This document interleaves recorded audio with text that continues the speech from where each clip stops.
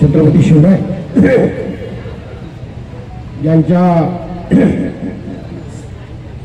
असंख्य अशा प्रेतांच्या पायघड्यावरून जी आपल्याला ही स्वातंत्र्य देवता प्रसन्न झाली आणि ती स्वातंत्र्य देवता प्रसन्न झाल्यानंतर या राष्ट्राची ओळख या जगाला ज्या ध्वजामुळे होते तो ध्वज आज 75 फुटी उंच अशा पोलवरून आपल्या सर्वांना एक प्रेरणा देणार आहे, आदर्श देणार आहे, ईर्ष्या देणार आहे। आपल्या सर्वांच्या मध्ये देशभक्ती, राष्ट्रभक्ती, देशप्रेम, राष्ट्रप्रेम, हुतात्म्यांबद्दल आदर, ज्यांच्या त्यागातून, बलिदानातून 15 ऑगस्ट 1947 हा दिवस उजाडला, त्या सर्वांचं स्मरण सातत्यानं करण्याची प्रेरणा या ध्वजामुळे मिळणार आहे। आणि या ध्वजाचं अनावरण ज्यांच्या हस्ते झालं ते जिल्ह्याचे पालकमंत्री आणि राज्याचे उद्योग मंत्री सन्मान्य उदयजी सामंत, आमदार शेखरजी निकम, व्यासपीठावर उपस्थित असलेले आमचे माजी सैनिक, अधिकारी वर्ग आणि मोठ्या संख्येने उपस्थित असलेल्या बांधवांनो, भगिनींनो आणि सहकारी मित्रांनो, आज देशामध्ये हा ध्वज आपण दिमागामध्ये अडकवू शकतोय। हा ध्वज आपण गाडीवर लावू शकतो, आपल्या घरावर लावू शकतो, आपल्या खिशाला सुद्धा त्याचं प्रतीक म्हणून आपण लावू शकतो। परंतु हा ध्वज फडकवण्याचा सन्मान मिळावा, ही संधी मिळावी, हा अधिकार मिळावा, याकरता अनेकांनी आपल्या प्राणांची आहुती दिलेली आहे।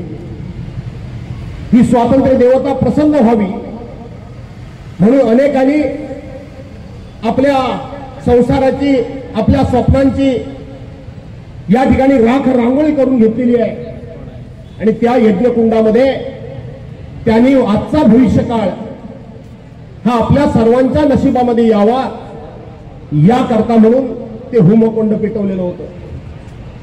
आजच्या दिवशी मला माझ्या तरुण सहकाऱ्यांना काही गोष्टी या ठिकाणी सांगायच्या आहेत। बांधवांनो, भगिनींनो, आज देशामधलं वातावरण अत्यंत गढूळ झालेलं आहे। आज कुणीतरी उठायचं, स्वातंत्र्यवीर सावरकरांच्यावर टीका टिप्पणी करायची, कुणीतरी उठायचं लोकमान्य टिळकांवर टीका टिप्पणी करायची, कुणीतरी उठायचं महात्मा गांधींवर टीका टिप्पणी करायची, कुणीतरी उठायचं पंडित जवाहरलाल नेहरूंच्यावर टीका टिप्पणी करायची, कुणीतरी उठायचं आणि सरदार वल्लभभाई पटेलांच्यावर टीका टिप्पणी करायची। आज या स्वातंत्र्याचं मोल माझ्या तरुण सहकाऱ्यांना समजलं पाहिजे आणि ती समजावून सांगण्याची जबाबदारी आमच्यासारख्यांची आहे। आपल्याला आठवत नसेल, ज्या भगतसिंगांनी, ज्या गुरुदेवानी, ज्या सुखदेवानी एका वेळेला 3 लोक या देशावर या देशाच्या स्वातंत्र्याकरता फासावर गेले, 3 लोक, सावरकरांसारखे 3 बंधू हे काळ्या पाण्याच्या शिक्षेवर गेले, चाफेकरांसारखे 3 बंधू, सख्खे भाऊ देशाच्या स्वातंत्र्याकरता फासावर लटकले। कधी लटकले? लटकले कधी? ज्या वयामध्ये हसायचं, खेळायचं, बागडायचं, मौज मजा करायची, बहिणीनं आपल्या भावाच्या हातामध्ये राखी बांधायची, प्रेयसीनं, पत्नीनं आपल्या उद्याचा होणारा भावी पती म्हणून ज्याच्या गळ्यामध्ये त्या ठिकाणी हार घालायचा आणि त्यानं तिच्या गळ्यामध्ये मंगळसूत्र बांधायचं आणि भावी स्वप्न पाहायचं, त्या वयामध्ये हे सगळे फासावर लटकले।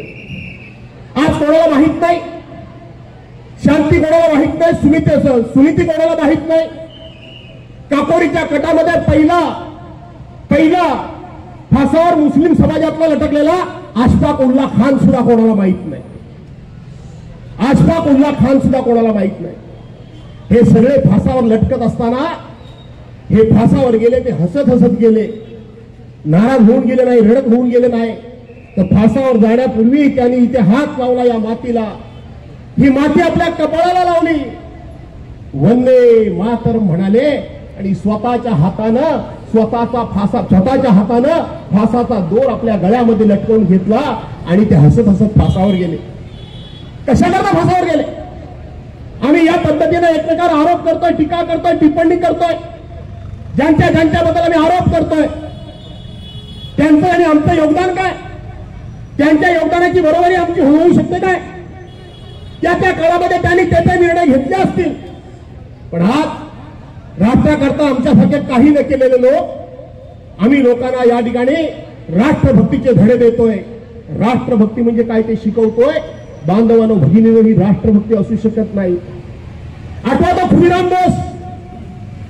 बोस लहानपणी आई वारली आणि लहानाचा मोठा मावशीनं केला. ज्या वेळेला तो फासावर निघाला त्यावेळेला मावशी त्याला जेलमध्ये भेटायला गेली आणि मावशी जेलमध्ये भेटायला गेल्यानंतर मावशी ओक्साबोक्शी रडली, त्याला मिठी मारली. त्यावेळेला खुदिराम बोस म्हणाला, आई म्हणजे ती मावशी होती, पण आई कशाला रडतेस? कशास आई भिजविशी डोळे, उजळ तुझे भाल रात्रीच्या गर्भात उद्याचा असे उशक काल. आई कशाला रडतेस? तू रडू नकोस. मी चोरीमारी केली, मी लांडी लबाडी केली नाही, मी भ्रष्टाचार केला नाही, मी कोणावर बलात्कार सुद्धा केला नाही आणि मी कोणाची छेडछाड सुद्धा केली नाही. तू रडू नकोस. आईनं सांगितलं, अरे तुझ्या रूपानं मी उद्याचं स्वप्न बघितलं आणि आज तू तर फासावर चाललायस. त्यावेळेला खुदिराम बोसने आपल्या मावशीला म्हणजे आईला सांगितलं की आई रडू नको.